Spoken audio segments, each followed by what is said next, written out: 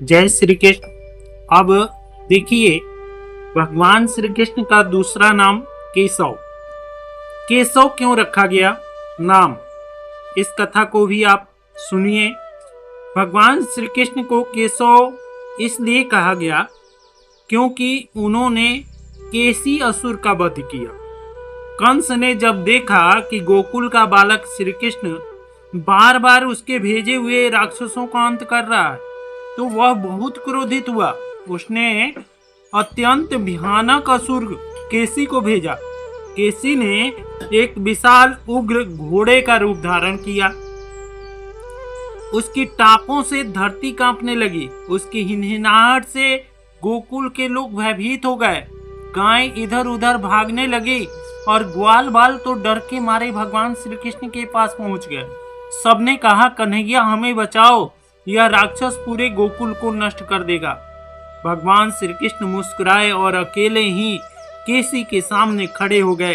केसी पूरी शक्ति से भगवान श्री कृष्ण पर झपट पड़ा और श्री कृष्ण ने फुर्ती से उसका वार टाल दिया। फिर जब केसी ने अपना विशाल मुंह खोलकर उन्हें निगलने का प्रयास किया, तब भगवान श्री कृष्ण ने अपना दाहिना हाथ उसके मुख के भीतर डाल दिया। वह हाथ साधारण नहीं था। भगवान श्री कृष्ण का वह हाथ साधारण नहीं था। धीरे धीरे वह दिव्य शक्ति से इतना विशाल और शक्तिशाली हो गया कि केसी का दम घुटने लगा। जो राक्षस था उसका दम घुटने लगा, उसकी आंखें बाहर निकल आई, शरीर कांपने लगा और कुछ ही क्षणों में वह धरती पर गिर पड़ा। उसका अंत हो गया। आकाश से देवताओं ने पुष्प वर्षा की और भगवान का जय जयकार किया कि हे प्रभु, आपने इस केसी राक्षस का भी वध कर दिया। जब भगवान श्री कृष्ण जब गोकुल में आए थे तो पता नहीं कितने राक्षसों का वध किया, क्योंकि भगवान का सबसे बड़ा यही निश्चय था कि पृथ्वी को असुरों से विहीन करना। तब से भगवान श्री कृष्ण का एक प्रसिद्ध नाम केशव हो गया।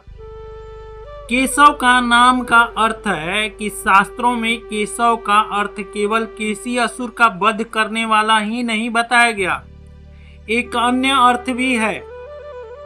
अन्य अर्थ कौन सा है?